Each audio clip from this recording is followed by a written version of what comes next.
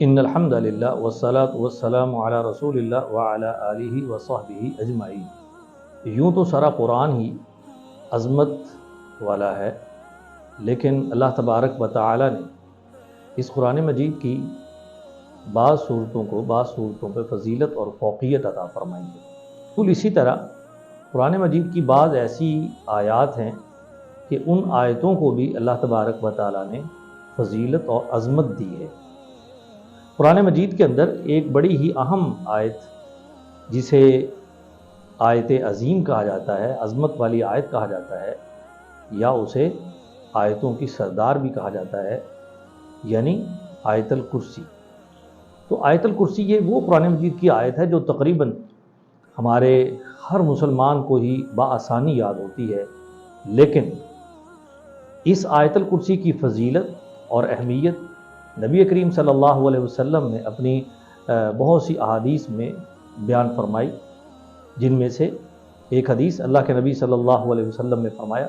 کہ اگر کوئی شخص ہر فرض نماز کے بعد اس آیت الکرسی کی تلاوت کرتا ہے تو جنت میں داخلے کے لیے، یعنی جب اسے موت آئے گی تو جنت میں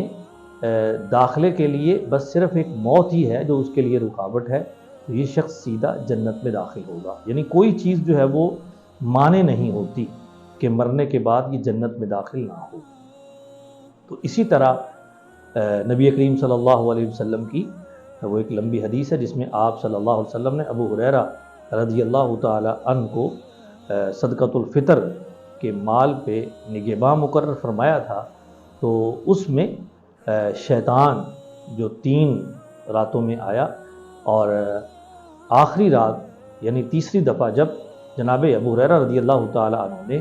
شیطان کو پکڑا، پہلی دفعہ بھی پکڑا، دوسری دفعہ پکڑا، تیسری دفعہ پکڑا، تو اس نے کیا کہا تھا کہ میں تمہیں ایسے کلمات بتا دیتا ہوں کہ اگر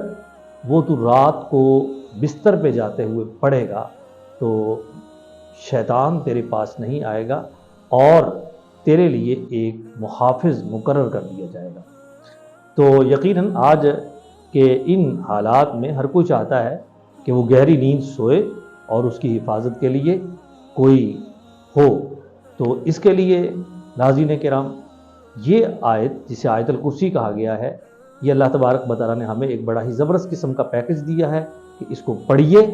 رات کو بستر پہ جاتے وقت، اور اللہ تبارک و تعالی آپ کے لیے، آپ کی حفاظت کے لیے ایک نگہباں مقرر کر دے گا۔